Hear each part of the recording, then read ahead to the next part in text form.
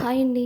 అందరూ బాగుండాలి, అందులో మేము ఉండాలి. ఈరోజు నేను బోటి కర్రీ నల్ల ఫ్రై అంటే మేక నెత్తురు రక్తం ఫ్రై చేశానండి. నేను ఎలా చేశానో మీకు కూడా చూపిస్తాను, చూసేయండి. ఏం లేదండి, మామూలుగా అల్లం వెల్లుల్లిపాయ, చెక్క లవంగాలు, యాలకులు ఇవన్నీ మసాలా సరుకులన్నీ వేసి ఒకసారిగా మిక్సీ పట్టేసుకొని పక్కన పెట్టుకోండి. పక్కన పెట్టుకున్న తర్వాత పొడి మసాలా కూడా తయారు చేసి పెట్టుకోండి. అంటే అన్నీ కొబ్బరి ఇవన్నీ వేసిన మసాలా సరుకులు అన్నీ వేసినవి పొడి మసాలా కూడా కొద్దిగా పక్కన పెట్టుకోండి చేసుకొని. ఇప్పుడు ఒక బాండీలో ఆయిల్ పోసుకొని ఉల్లిపాయలు నూనె వేసుకొని ఉల్లిపాయలు పచ్చిమిరపకాయలు అన్నీ వేయించుకోవాలి. ఫస్ట్ బోటి కర్రీ గురించి చెప్తున్నాను నేను. బోటి అక్కడే శుభ్రం చేసి ఇచ్చారండి, నేను ఇంటి దగ్గర చేయలేదు, చేస్తే చూపించేదాన్ని. అక్కడే శుభ్రంగా చేసి ఇచ్చారు. నేను ఇంటి దగ్గర శుభ్రంగా ఒకసారి మళ్ళీ వేడి నీళ్ళలో ఉప్పు పసుపు వేసి శుభ్రంగా క్లీన్ చేసుకొని నేను శుభ్రం చేసుకున్నానండి. అదిగో ఉల్లిపాయలు పచ్చిమిరపకాయలు బాగా వేగిన తర్వాత బోటి శుభ్రం చేసుకున్న బోటిని కూడా అందులో వేసి బాగా వేయించుకోండి. బాగా వేయించుకున్న తర్వాత ఇప్పుడు మనం చేసుకున్నాం కదా అల్లం వెల్లుల్లిపాయ పేస్ట్, మసాలా పేస్ట్ ఉంది కదా, ఆ పేస్ట్ అందులో వేసేసుకోండి. వేసి బాగా మగ్గనివ్వండి. కాసేపు వేగనివ్వండి, పచ్చి వాసన పోయే వరకు వేగాలి. టేస్ట్ అయితే చాలా బాగుంటుంది, ఒకసారి ట్రై చేయండి.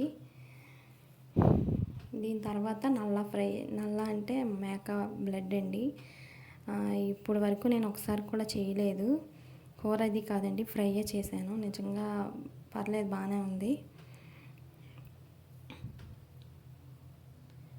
అయిపోయింది కదా. ఇప్పుడు ఉప్పు కారం అన్నీ సరిపడ్డాయో లేదో చూసుకోవాలి. కారం వేయలేదండి ఇంకా, నేను కొద్దిగా ఉప్పు అయితే కొద్దిగా వేసాను. కారం కూడా వేసి ఉప్పు కారం సరిపడినంత వేసుకొని కొద్దిగా వాటర్ పోసుకొని మూత పెట్టుకుంటే బోటి కర్రీ రెడీ అయిపోయిద్ది. బోటి కర్రీ రెడీ అయిపోయిందండి. చూడండి, బాగా వేగింది కదా నూనెలోని, ఫ్రై అయిపోయినట్టు అయిపోయింది. టమాటా ముక్కలు వేసానండి, టమాటా ముక్కలు కూడా వేసి బాగా వేయించుకోవాలి.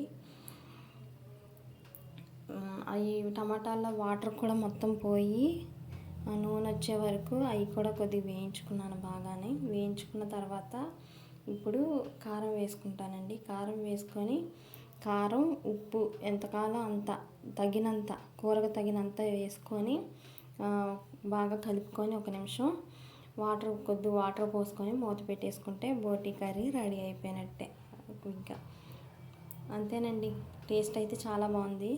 ఇందులో గోంగూర కూడా వేసి చేసుకుంటారు. గోంగూర వేసి చేసుకుంటే ఇంకా చాలా ఇష్టం నాకు అయితే. చాలా బాగుంటుంది గోంగూర వేసి చేసుకుంటే. మీకు నచ్చితే ట్రై చేసేయండి. ఇప్పుడు నల్ల అంటే మేక రక్తం ఫ్రై చేయబోతున్నాను. ఆల్రెడీ దాన్ని తెచ్చి శుభ్రంగా కడిగి ఆవిరికి పెట్టి కుక్కర్లో ఆవిరికి పెట్టి ఉడికించానండి. అది మిస్ అయిపోయింది. వీడియో తీశాను కానీ అది కట్ అయిపోయినట్టుంది, కనబడలేదు. అది ముక్కలుగా కట్ చేసి పన్నీర్ ముక్కలు ఉంటాయి కదా, అలా ముక్కలుగా కట్ చేశానండి. కట్ చేసిన తర్వాత ఆయిల్ పోసుకొని ఉల్లిపాయలు పచ్చిమిరపకాయలు అన్నీ వేయించుకోవాలి. వేయించుకున్న తర్వాత చూడండి,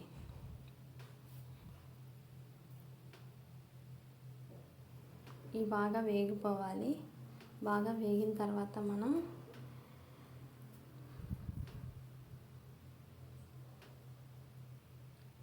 ఆవిరికే ఉడికించుకోండి. అది డైరెక్ట్గా పెట్టకుండా ఆవిరికి ఉడికిస్తే బాగా జున్ను ముక్కలా బాగా గట్టిగా పన్నీర్ ముక్కలా వచ్చింది. ఇంకా జస్ట్ అంతే, సేమ్ టు సేమ్ పన్నీర్ ముక్కలాగే గట్టిగా వచ్చింది. అది ముక్కలుగా మనకి ఏ సైజులో కావాలో ఆ సైజులో ముక్కలుగా కట్ చేసుకొని ఇంకా రెడీ చేసుకోవడమే. చూసారు కదా ఎలా కట్ చేసి పెట్టుకున్నానో.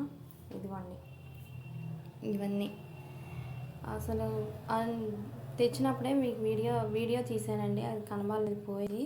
ఈసారి ఉంటే కనుక షార్ట్ వీడియోలో పెడతాను, ఒకవేళ చూసి ఉంటే కనుక. మళ్ళీ ఎప్పుడైనా చేస్తే అదైనా పెడతాను. నిజంగా ఆవిరికి పెట్టి కాసేపు ఉడికిన తర్వాత తీసి ఇలా ముక్కలుగా కట్ చేసి ఉల్లిపాయలు పచ్చిమిరపకాయలు వేయించుకున్న తర్వాత ఇది కూడా వేసి మసాలా పొడి, అల్లం వెల్లుల్లిపాయ పేస్ట్ కూడా వేసి బాగా వేయించుకోవాలండి. బాగా వేయించుకున్న తర్వాత తగినంత కారం, ఉప్పు, ఆల్రెడీ ఉప్పు కొద్దిగా వేసానండి ఉల్లిపాయలు వేయించేటప్పుడు. తగినంత కారం, ఉప్పు వేసిన తర్వాత అల్లం వెల్లుల్లిపాయ పేస్ట్, గరం మసాలా పేస్ట్ వేసిన తర్వాత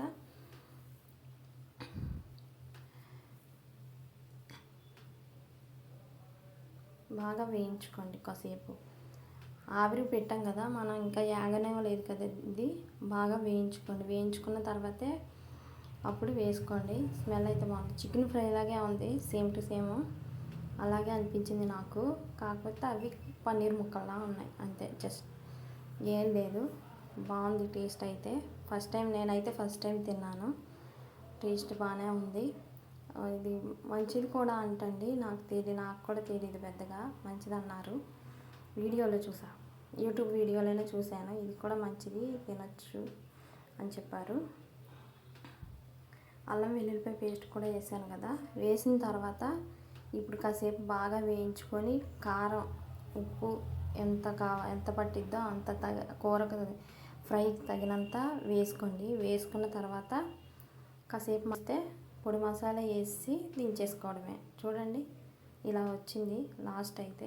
మీకు నచ్చితే కనుక ఖచ్చితంగా ట్రై చేయండి. Thank you.